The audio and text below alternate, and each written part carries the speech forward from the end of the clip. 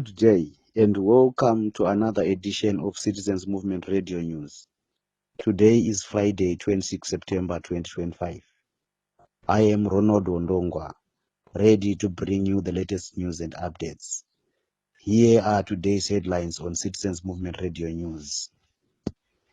Despots like Mnangagwa would get life sentence in countries like France as citizens react to news of sentencing of Sarkozy. Defend the constitution by resisting the 23rd agenda, says Timber. And no need for survey. We don't want ZIG. Citizens tell RBZ. Now, let us delve into the detailed stories.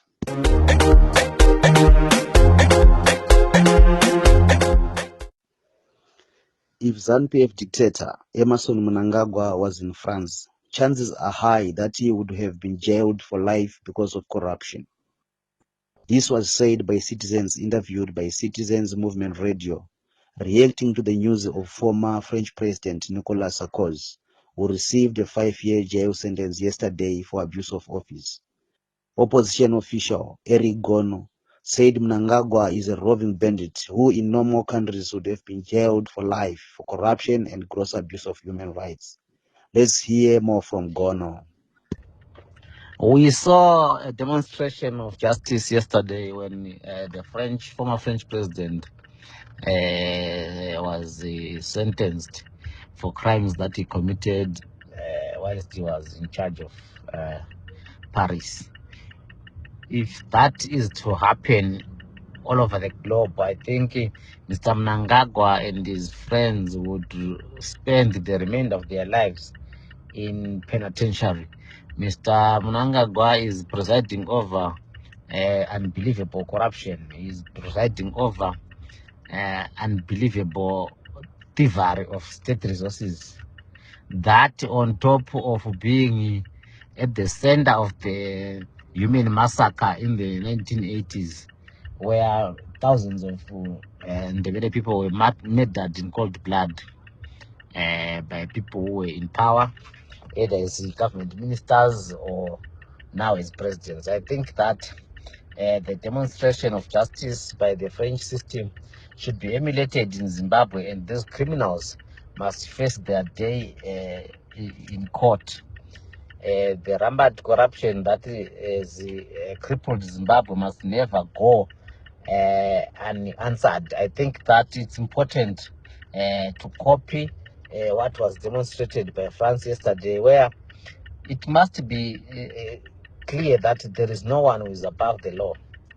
And I applaud France for the demonstration of justice, and I wish that Zimbabwe copies the same, so that these people that are abusing office today are at some point brought to justice. A senior opposition official, Senator Jameson Timber, has urged citizens to defend the constitution of Zimbabwe and resist Emmerson Mnangagwa's 23rd agenda. Posting on his social media platforms, Senator Timber said the future of the country lies in constitutionalism and not extension of terms for the president. He said defending the constitution by resisting ZANU-PF's so-called 23rd agenda is like defending democracy itself. Senator Timber has been critical about Mnangagwa's dictatorship, and last year he spent more than 5 months in pre-trial detention, facing trumped-up charges of gathering with intent to incite public violence. Let's hear him speaking. In order to stop the 2030 agenda, citizens across the political divide must mobilize their MPs in their respective areas to vote against the Constitution Amendment Bill, which will be brought to Parliament to extend the term of office of Mr. Mnangagwa and his government. That is the first step that citizens must take.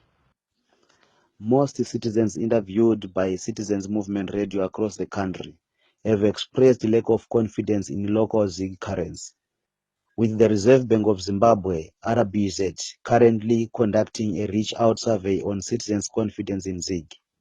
Opposition official Mr. Jefferson Chitando said the initiative is a waste of taxpayers' money. Mr. Chitando said in most parts of Masvingo and Matabeleland, people have already abandoned use of ZiG in preference of doing business in South African rand and US dollar. Let us hear more details from him. It's a sheer waste of time, resources, and whatever in trying to ask people of a non-existent currency. In the southern part of Zimbabwe, which is Masvingo and Matabeleland, we don't even know the picture nor the value of the ZiG. What they can only do is use the ZiG in the form of RTGS, not the hard currency. Nobody knows about the ZiG. So it's a waste of time. Here, the people are a second province of South Africa. People use the rand for whatever transaction. You go into the compi, you go into the to any vendor, you have got to have the rand, not the ZiG. ZiG is non-existent. ZiG is as dead as a dodo in Masvingo. Senator Timba's call for citizens to defend Zimbabwe's constitution and resist Mr. Mnangagwa's attempts to tamper with it has gained backing from Hwange Central MP Daniel Molokele and former legislator Job Scala. Writing on social media, Honorable Molokele urged all patriotic Zimbabweans to unite and to firmly oppose the so-called 2030 agenda. Meanwhile, Honorable Scala warned that the 2030 agenda would unleash unprecedented chaos in the nation, calling on citizens from all walks of life to stand together and reject what he described as nonsense being pushed by Mr. Mnangagwa. The parliamentary public hearing on the Public Service Amendment Bill was held in Masvingo yesterday. Teachers in Masvingo said they want the bill to include issues of the right to strike and collective bargaining. We spoke to one of the teachers, Andrew Munguri, who attended yesterday's public hearings and had this to say. We are demanding the repeal of Section 20 of the Public Service Act. This section sets conditions of service minus collective bargaining. The minister has the natural powers to designate a sector essential service, thereby making workers in this area lose on the right to strike. The setting of conditions of service for public servants needs collective bargaining. The minister alone shouldn't have these powers. Section 24, subsection 7 needs to include remedies for unfair labor practices. Maternity leave needs to include pregnancy leave, which emanate from complications incurred when one is on maternity leave. And we are also advocating for paternity leave. There is need to ensure the right to appeal or review grievances. There is currently no recourse when grievance is finalized by the employer, the Public Service Commission. Residents in Chitungwiza are facing serious water crisis, and some homes have gone for years without running tap water. Long winding queues at boreholes and wells have now become a permanent sight in the dormitory town. Despite the government pumping millions of US dollars under the so-called presidential borehole scheme, most of the boreholes drilled under the project are no longer operational in Chitungwiza. The level of poverty in the country is very much alarming, with the citizens in the streets of Harare surviving on selling dried and roasted maize, maputi, and roasted green mealies. Most citizens are surviving on less than $1 per day, despite ZANU-PF propaganda that the country is headed towards a middle-income economy by 2030. Despite increasing poverty, cartels linked to Emmerson Mnangagwa like Kwigno Chivayo and Kudakwashe Tagwirei are splashing money and cars like confetti. Meanwhile, one of the opposition leaders, Honorable Job Scala, has spoken on how corruption and shenanigans have brought the country to its knees, and that citizens should continue with their fight to remove the corrupt ZANU-PF government from power, no matter how long it takes. Honorable Scala made these comments in an interview with journalist Blessed Mhlanga aired yesterday. Let us hear part of the interview. You are certain that there is a looting of resources in this country? Yes, of course. Of course, it's a fact. Who doesn't know that tenders have been plotted left, right, and center without even going via the procurement system and so forth, and bloated have been happening in those tenders that have been offered to dubious companies, and some of them briefcases have been obtained. For example, the Jurahul Earth Estate was said to have cost around 14 or 24 million. I can't still remember that Jurahul. Do you think it could cost even more than 2.5 million? So any normal person would be inquisitive to say, honestly, this Jurahul cost. Maybe it's bomb-proof. Maybe it's what? It's bomb-proof. No, we don't know. We wouldn't know even if it is bomb-proof. But my brother, 14 million is not a joke. 21 million. 21 million is not a joke. You know, you could do miracles with it in the context of our own economy in this country. They could have developed our hospitals. They could have done wonders in sectors that are collapsing and even improving our economy. So there is no doubt that when citizens question those things, those people who are eating, like what they said, that I am a little cat that is mooing. When the cat makes noise, what is it called in English? Yes.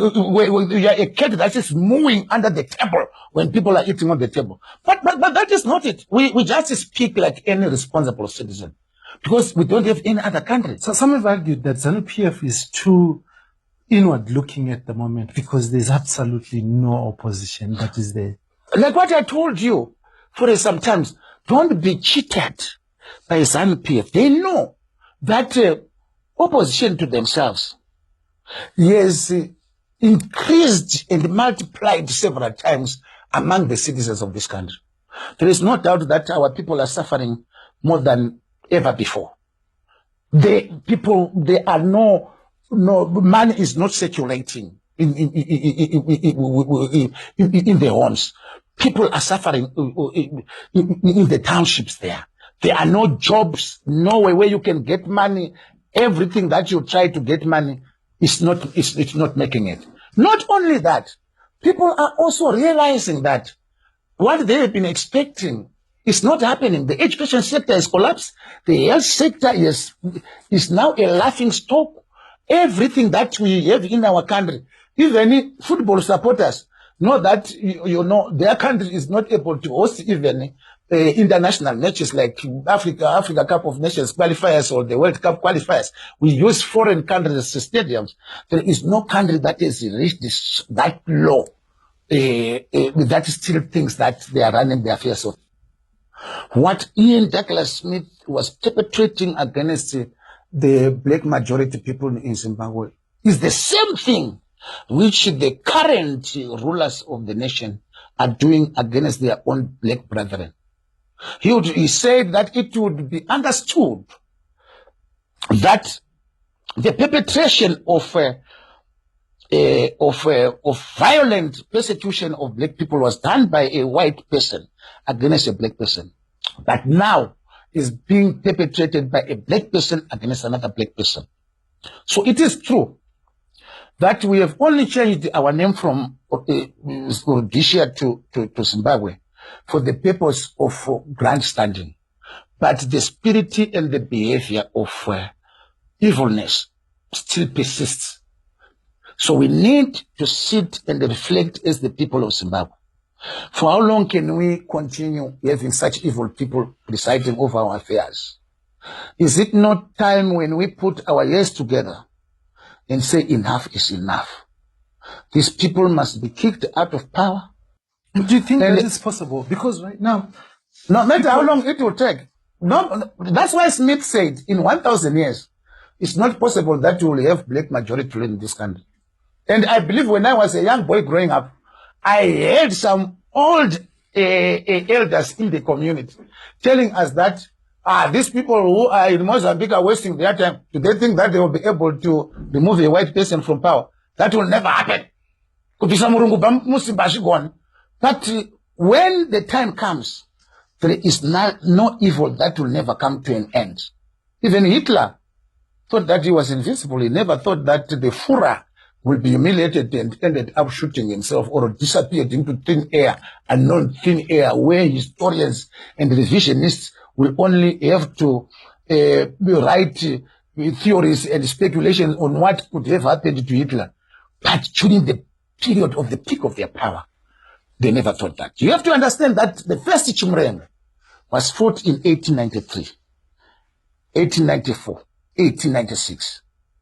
And the whites, after they have subdued and defeated the black people in 1893, they never thought that they would go. But 90 years down the line, the people still rose. No matter how long it will take, ZANU-PF shall go out of power. And this they must know. Evil will never triumph and persist forever. Get it from me. It shall fall. This evil regime of ZANU-PF is going to fall one way or the other. What I urge the people of Zimbabwe to do, be persistent. Don't waver. Continuously raise your concerns and anger against this evil party. Each time to go shall come. Confusion continues to reign supreme in the faction-ridden ZANU-PF, with no clarity on who is the party Secretary General. Despite a communique by the party announcing changes to its portfolio leadership, Obert Mpov continues to execute duties as the Secretary General. Yesterday, Mpov used the party's letterhead to announce the Liberation Hero status to John Goa and signed it as of the party's Secretary General. Meanwhile, on another party's letterhead, Jacob Mdenda announced the state-assisted funeral for Babongile Skonjwa. Mdenda also signed on the letterhead as the party Secretary General. We spoke to citizens to ask if this is ZANU-PF testing its own medicine of causing divisions in the party, as it did when it used Sengezo Chabangu to destroy the Citizens Coalition for Change, CCC party, after the 2023 elections. Aye, that's very true. This evil system is now testing its own bitter medicine. That's how God works. But all the same, as we celebrate this shaking and quaking of the evil party, let us, I implore leaders above there, or whoever is concerned about the need for change in Zimbabwe, to take advantage of this situation, to monopolize and organize and mobilize so that we take advantage. Even if it means they execute a coup, fine, that's their baby. But if we are given, or if people are given the chance to flood the streets like what we did last time, it is very prudent that we don't leave the streets before the proper conditions that are pro people are met or are implemented. We must not leave the streets in the event that we get that opportunity. But in short, I'm saying, as much as we are celebrating this scenario whereby they are now testing their bitter medicine, we must mobilize. The leaders should mobilize. There is need for unity. The opposite must now take place within the ranks of the opposition. Whoever is concerned or sincere about the welfare of people should embrace the need to unite as one force and crush this system once and for all. God has given us this opportunity. If we squander it, then there is no one but ourselves to blame. Yes. Hello, my friend. Yes, ZANU-PF is divided. Exactly like what happened when they used Shavangu to divide the CCC. So let them do it like that. That's good, and God is in it. Ngavatosangana nazo chaiko ngazvitodarika ipapo isi toda kukushidzira toti dai zvatonadzo nyanyisa kudarika pazviri apa kuitira kuti congress chavaroda conference yavoda kuita isvike zvinhu zvatobijinuka toona kuti vanoadhiresa kuti zvinhu zvakanaka izvozvo kuti ZANU-PF ive nemadivision because yakaparadza mamwe mapato achiparadzana sezvizvi kubva kweMDC Alliance ichiputsika kuenda kutriple c ikaputsika zvatizoitonanga bato ripi izvozvo zvinhu zvakakosha zvetinozitozvifarira kuti ZANU-PF idero.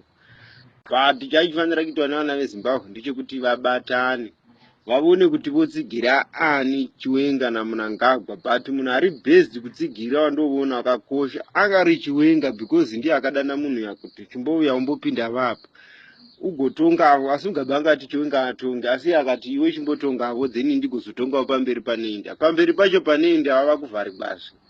Ndio spirit yangu vana Mugabe yekuti vakapinda vakapana mateams namwe kuti tichapana mateams ozoramba kuti vamwe vatongevo. Saka zvinhu zvakakosha izvozvo kuti ZANU-PF iputsike nenzira dzakadai iparare, asi kutsigira vachiwenga kwakanaka kuti tikunde utongi hwakadai hwokuti government yose inosadziwa mhuri imwe yese ichingotonga kubva kumapurisa hama dzaMnangagwa kubva uko kwose kuVerorius Vandataiwa kuchinzi isame blood naMnangagwa, vana vake vavaisa kumapengi Ministry of Finance, umwe kuame, vamwe kupi, vamwe kuzeki. Chero opposition party yacho ingahwina sei pakadero haina mahwiniro ainoita because vanhu vacho vanga vakazara kuzekidza, vanga vari vanhu vane vabereki vari muZANU-PF umo vari maminista. Saka zvinhu zvikatanga ipapa paChiwenga akatsigigwa maopposition party then ozopawo zvichemo tachikumbira kuti tigadzirise mareforms ema-elections timbopedza ipapa mareforms tigozoona toenda kuma-elections 2028 zvinhu zvakanaka tichiziva kuti kumareforms kwanaka nezeki yanaka haisisina matakambwanana anga arimo. Let us take a look at our sports news. Some Europa League matches played last night. Aston Villa edged Bologna 1-0, while Rangers fell to Genk by the same scoreline. Here are full results of Europa League matches played last night. Go Ahead Eagles 0, FCSB 1, Lille 2, Brann 1, Ferencvaros 1, Victoria Plzen 1, Salzburg 0, Porto 1, Stuttgart 2, Celta Vigo 1, Utrecht 2-0, Lyon 1, Young Boys 1, Panathinaikos 4.